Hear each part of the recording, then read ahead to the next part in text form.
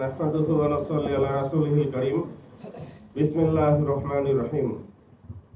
ইসলামী ছাত্র আন্দোলন চুয়াডাঙ্গা জেলা শাখার পক্ষ থেকে আয়োজিত আজকের এই বার্ষিক সম্মেলনে, জেলা সম্মেলনে উপস্থিত আজকের অনুষ্ঠানের সম্মানিত সভাপতি, ইসলামী ছাত্র আন্দোলন বাংলাদেশ চুয়াডাঙ্গা জেলা শাখার সংগ্রামী সভাপতি ছোট ভাই আবু বকর, উপস্থিত আজকের অনুষ্ঠানের সম্মানিত প্রধান অতিথি ইসলামী ছাত্র আন্দোলন বাংলাদেশ কেন্দ্রীয় কমিটির সাহিত্য সংস্কৃতি বিষয়ক সম্পাদক মেহেদী হাসান ভাই, উপস্থিত আজকের অনুষ্ঠানের বিশেষ মেহমান ইসলামী আন্দোলন বাংলাদেশ চুয়াডাঙ্গা জেলা শাখার সংগ্রামী সভাপতি হাসানুজ্জামান সজীব ভাই, উপস্থিত পৌর শাখার সংগ্রামী সেক্রেটারি আলমগীর হোসেন ভাই, উপস্থিত অন্যান্য ইসলামী আন্দোলন সহযোগী সংগঠনের নেতৃবৃন্দ সহ ইসলামী আন্দোলনের সাথে সম্পৃক্ত দায়িত্বশীল বৃন্দ সহ আমার সামনে উপবিষ্ট এক প্রাণবন্ত ছাত্র ভাইরা, সকাল 6টা থেকে শুরু করে সন্ধ্যা 6টা পর্যন্ত দিনের এই পুরো সময়টাই আমার কাটে ছাত্রদের সাথে। এজন্য ছাত্রদের ভেতরে থাকতে আমি অত্যন্ত যেটাকে বলে কমফোর্ট ফিল করি।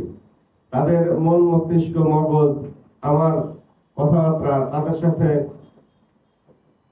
আমার কথার ফ্রিকোয়েন্সি আর তাদের কথার ফ্রিকোয়েন্সি ম্যাচ করে। এই জন্য তাদের মনের অনুভূতি আমি কিছুটা বোঝার চেষ্টা করি। তো ভাইরা আমার, আমি আজকে এই অনুষ্ঠানে বেশি কথা বলার মতো সময় সুযোগ নেই, যেহেতু আমার বড় ভাইরা বসে আছে। আমি ছাত্র আন্দোলনকে শুধুমাত্র ধন্যবাদ দেব এই কারণে যে বর্তমান যুগের, বর্তমান চাহিদার, বর্তমান বাংলাদেশের সবচেয়ে গুরুত্বপূর্ণ যেই 4টি সংকট, সে 4টি সংকটকে তারা পয়েন্ট আউট করতে পেরেছে। এজন্য আমি ছাত্র আন্দোলনকে বিশেষভাবে ধন্যবাদ দেব। প্রবাদে বলে যে কোনো ডাক্তার ওই ডাক্তারই ভালো ডাক্তার যে আসলে ভালো চিকিৎসা করে, সে ভালো ডাক্তার না, সে তুলনামূলক ভালো ডাক্তার না। তুলনামূলক ভালো ডাক্তার সে যে ভালো রোগ আইডেন্টিফাই করতে পারে। চিকিৎসা তো পরের বিষয়, সঠিকভাবে রোগ শনাক্ত করা ভীষণ জরুরি। কেননা চিকিৎসা শুরু করে দিলে সেই চিকিৎসা আলটিমেটলি কোথায় যে দাঁড়াবে এটা নিয়ে আশঙ্কা আছে। কিন্তু চিকিৎসা একটু দেরিতে শুরু করলেও সঠিকভাবে যদি রোগ শনাক্ত করা যায়, এটা ভীষণ দরকারি একটা ব্যাপার। তো ছাত্র আন্দোলনকে ধন্যবাদ, কেননা বাংলাদেশের যেই সব থেকে গুরুত্বপূর্ণ 4টি রোগ, এই রোগটাকে তারা শনাক্ত করতে পেরেছে এবং আজকে এই অনুষ্ঠানের প্রতিপাদ্য বিষয় হিসেবে তারা উত্থাপন করেছে। এখন 4টে সংকট নিয়ে যদি ধারাবাহিকভাবে কথা বলতে হয় তাহলে দীর্ঘ সময়ের ব্যাপার, তার জন্য 4টে অনুষ্ঠান দরকার। তো যেহেতু আমি শিক্ষা বিষয় নিয়ে আসি, আমি এই গত 2-3 দিন ধরে বিভিন্ন প্রোগ্রামে শিক্ষা বিষয়গুলো নিয়ে আলোচনা করা হচ্ছে।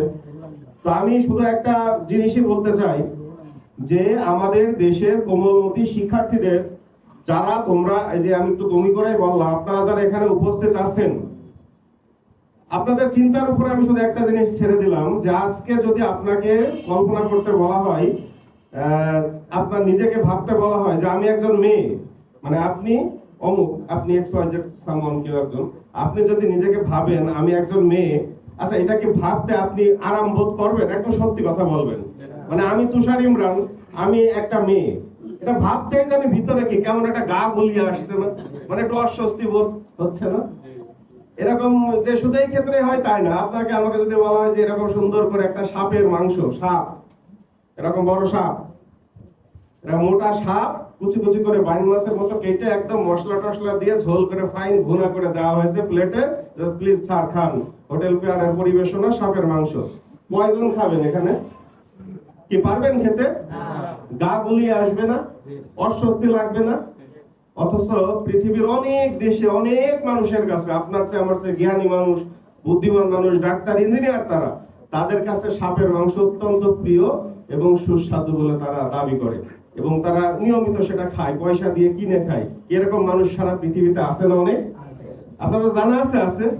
এছাড়া অনেক এই যে শুকুরের গোশত থেকে, কুকুরের গোশত থেকে, শেয়ালের গোশত থেকে শুরু করে আমরা যেগুলো খাই না আমাদের অস্বস্তি লাগে, একবার আমার সামনে যদি কেউ কুকুরের গোশত খাই মনে হয় গোশত খাওয়াই বাদ হয়ে যাবে, কিন্তু অথচ আরাম করে কুকুরের গোশত খায় এরকম মানুষ সারা পৃথিবীতে অনেক আছে। আমি যেই জায়গাটা আসলে একটু হিট করতে চাই সেটা হলো যে আমিও মানুষ, সেও মানুষ, আমারও জ্ঞান আছে, আকল আছে, তারও জ্ঞান আকল আছে, বুদ্ধি শুদ্ধির দিক থেকে আমার থেকে ভালো শিক্ষিত, সে আরো বড়, সে একজন দামি মানুষ, জ্ঞান বিজ্ঞান পাণ্ডিত্যের দিক থেকে অনেক দামি, কিন্তু তারপরেও তার কাছে এই গোশতটা খেতে অস্বস্তি বোধ হচ্ছে না। কিসের কারণে? জায়গাটা কোথায়? এটা হলো মানসিকতা। জায়গাটা কি ভাই? মানসিকতা। কারণ ছোটবেলা থেকে এই ধরনের মানসিকতা নিয়ে এসে মানে বড় হয়েছে, যে কারণে তার কাছে এটা কোনো ব্যাপারই না।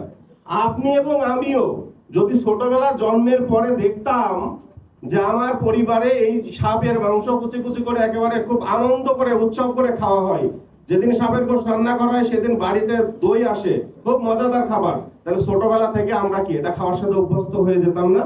এটা আমাদের কাছে প্রিয় খাবার হয়ে যেত না? এটাকে বলে মানসিকতা। ঠিক যেই রকম এখানে বসে আছেন, আমি জিজ্ঞেস করলাম নিজেকে মেয়ে হিসেবে ভাবতে কেমন লাগছে, আপনারা বললেন যে খুব অস্বস্তি লাগছে, সিসি এই কাজ করা যায় নাকি, ভাবা যায় নাকি, চিন্তার মধ্যেই আনা যাচ্ছে না। আপনার আমার চিন্তার মধ্যে আনা আর সম্ভব হবে না, কারণ আপনার আমার মাইন্ডসেট হয়ে গিয়েছে। আপনি আমি নিজেকে পুরুষ হিসেবে চিন্তা করে ফেলেছি, নিজেদেরকে একটা কাতারে দাঁড় করিয়েছি, নারীদেরকে আরেকটা কাতারে দাঁড় করিয়েছি। পুরুষের জন্য একরকম সম্মান, নারীর জন্য ভিন্ন ধরনের সম্মান। পুরুষের কাজ ভিন্ন, নারীর কাজ ভিন্ন। আমি একজন পুরুষ, তুমি একজন নারী।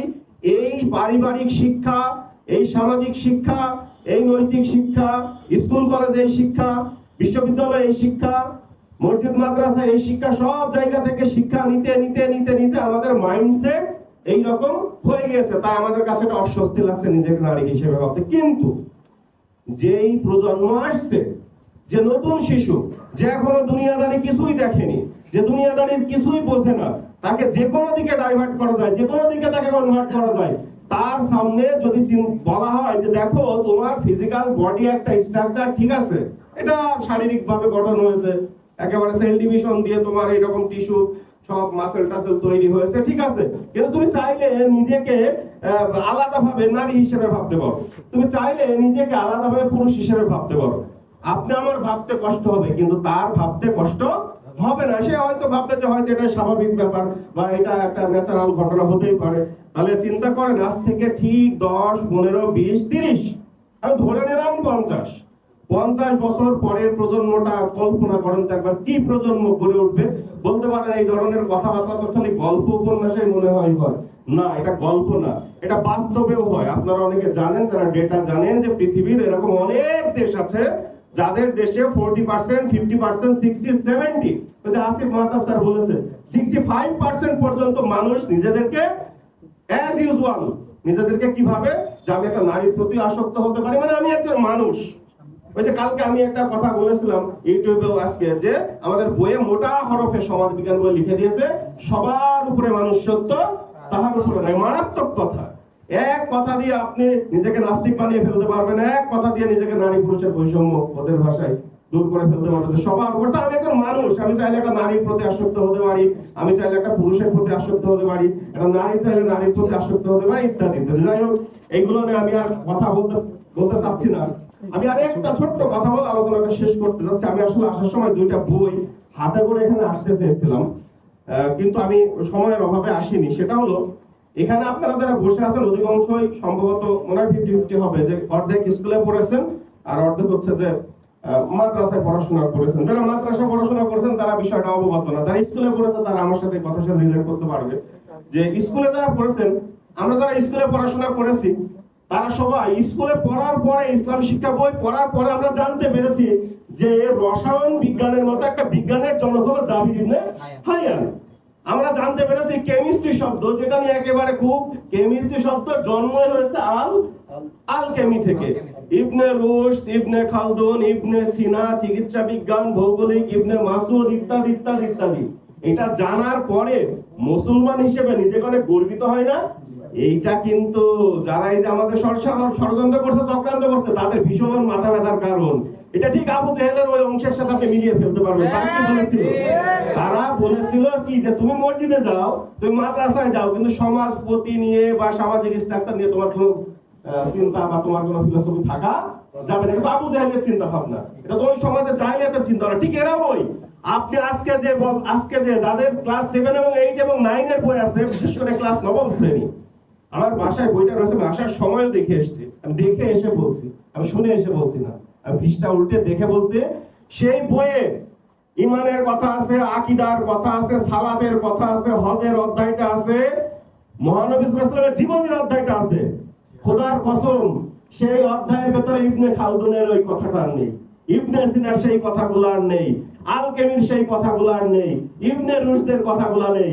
অর্থাৎ নিজেকে ইমাম সাহেব হিসেবে, মাওলানা হিসেবে, সমাজের একজন উচ্ছিষ্ট, তাদের ভাষা এরা, সেটা হিসেবে আপনি নিজেকে ভাবতে পারবেন। কিন্তু ইসলামের যে গর্বের বিষয়গুলো, ইসলামের যে সে জ্ঞান বিজ্ঞান প্রযুক্তির পারদর্শিতার সে জায়গাগুলো থেকে আপনাকে কি খুব সুন্দর ভাবে জায়গা কি এটাকে একটা ষড়যন্ত্র বলে মনে হয় না আপনাদের? এই ষড়যন্ত্র রুখে দেওয়ার দরকার আছে কি নেই? এই ষড়যন্ত্র রুখে দেবে কি তারা নিজেরা? কি যারা ষড়যন্ত্র করছে তারা কি ষড়যন্ত্র রুখবে? তাদের বিপরীতে আমাদের অবস্থান তৈরি করা লাগবে না? এজন্য নেতৃত্ব দেওয়া লাগবে না? নেতৃত্ব দিতে হলে, জাতির নেতৃত্ব দিতে হলে নেতৃত্ব শিখতে হবে। আর নেতৃত্ব শেখার জন্য সবচেয়ে উত্তম জায়গা, প্ল্যাটফর্ম হচ্ছে সংগঠন।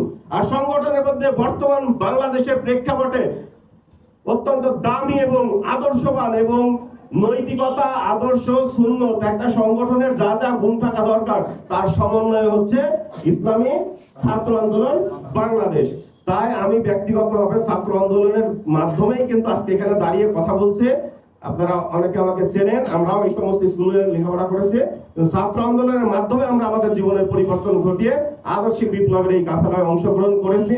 ইসলামী আন্দোলনের একজন কর্মী সমর্থক হিসেবে আমি আপনাদের আমার পরবর্তী প্রজন্মের কাছে আহ্বান জানাবো যে আপনারা এই ছাত্র আন্দোলনের মাধ্যমে নিজেদেরকে যোগ্য এবং দক্ষ হিসেবে গড়ে তুলে এই সমস্ত কালপ্রিটদের দাগ ভাঙার জবাব দেওয়ার জন্য নিজেকে প্রস্তুত করতে হবে।